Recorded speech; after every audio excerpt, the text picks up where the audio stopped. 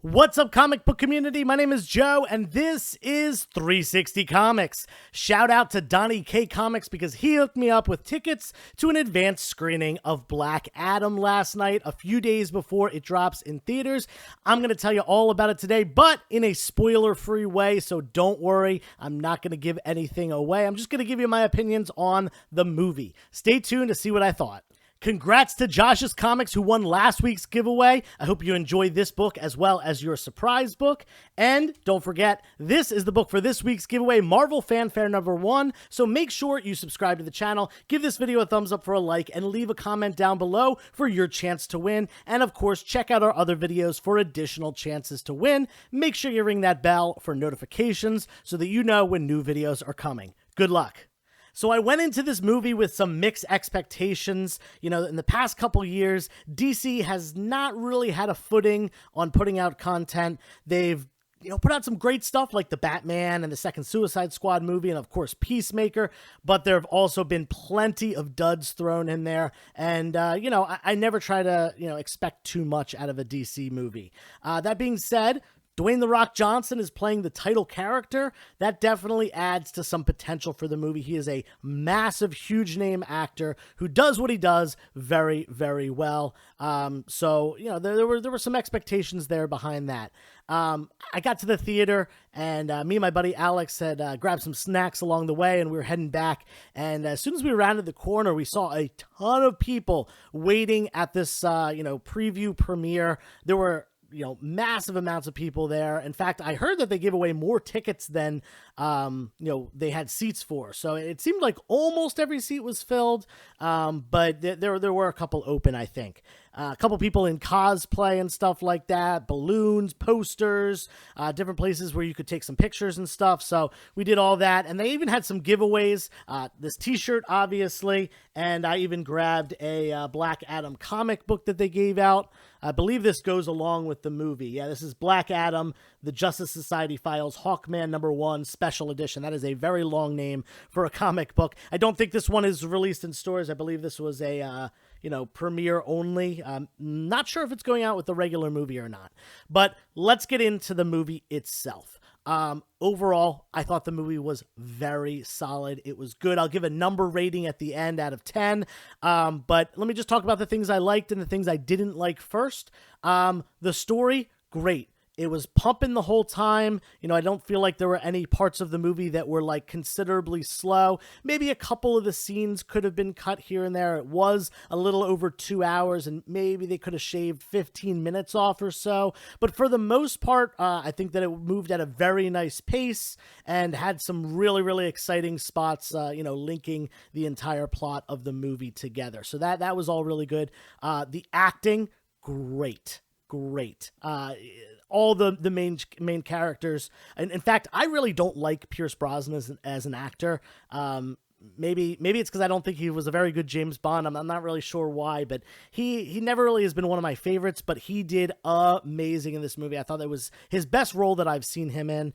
The Rock did a really great job portraying this, anti-hero character, without giving anything away. Everyone wants this guy to be a hero, but he's not sure if really that is his speed. So, it was a really cool dynamic he had with the Justice Society characters.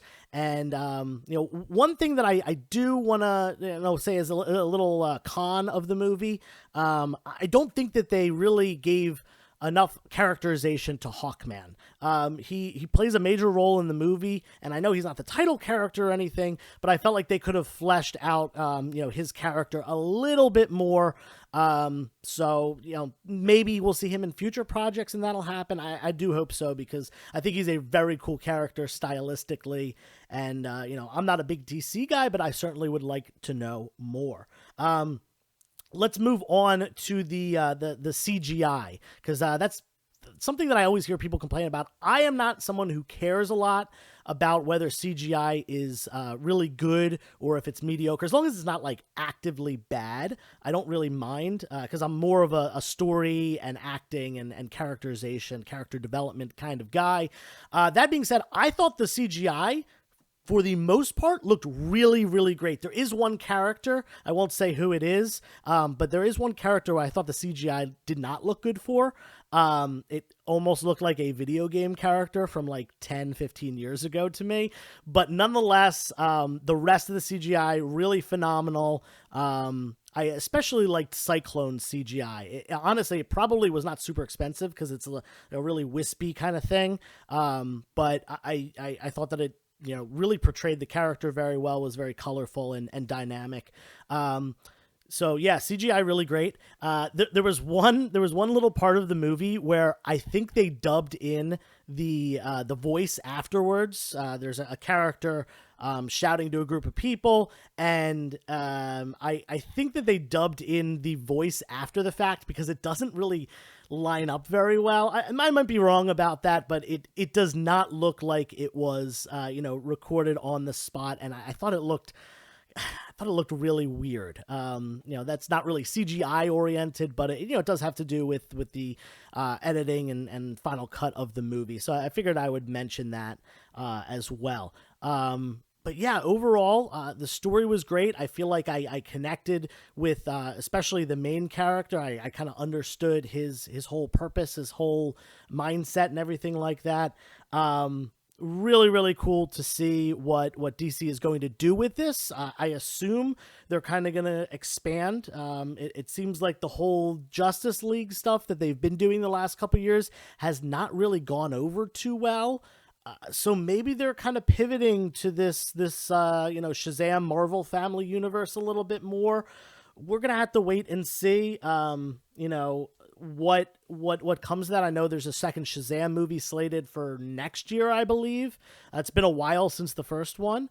But given that this character is related and somehow, I don't know if he's going to show up in the movie. I really haven't looked into any of that yet. But I think we will certainly see more of some of these characters, hopefully in the future of the DC EU. I have said it before that I'm a huge fan of the Batman movie that came out earlier this year, and I really hope they do expand that, even though it's a different timeline than the greater DC EU. So I don't know, maybe what happens is they eventually combine them. We'll have to wait and see. But anyway, let's get back to the topic at hand. The movie, I will give it a solid 8. An 8 I think is pretty good. You get a grade back on a modern book and it's an 8.0, and that's not very good. But think about if you got a Bronze or Silver Age book back in an 8.0, you're probably gonna be pretty stoked about that.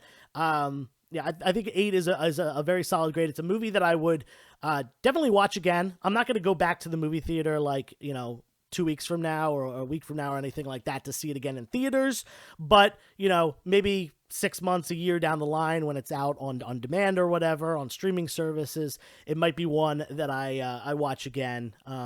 Definitely a solid movie, worth the watch. I saw there was some reviews online that it wasn't very great, getting less than 50% on critic reviews on Rotten Tomatoes. I don't really understand that. The movie was entertaining. The storyline was well paced. The acting was good. The CGI, for the most part, like I said, looked pretty decent. Really happy that I went to see it, and even being not a DC guy, I very much enjoyed it.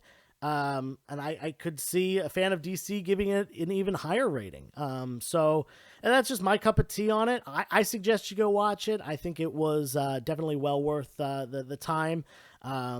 I did get free tickets, so I didn't really have to pay for it, but what are movie tickets now? $20 or something. Go get a couple hours of entertainment and see the movie. Please give me your opinion below. I know most of you probably haven't seen it yet, but it does come out in a few days, so feel free to pop back in and let me know in the comments what you thought about the movie, and maybe what you predict for the future of these characters. With that being said, make sure you stay around for the end credit scene. There is one in this movie, so don't miss out on that. A couple people I watched leave the theater. You got to know by this point, you got to stick around during those superhero movies for the end credit scenes. It's not even just the Marvel ones anymore. But yeah, definitely go check it out. And until next time, turn the page, wash your hands.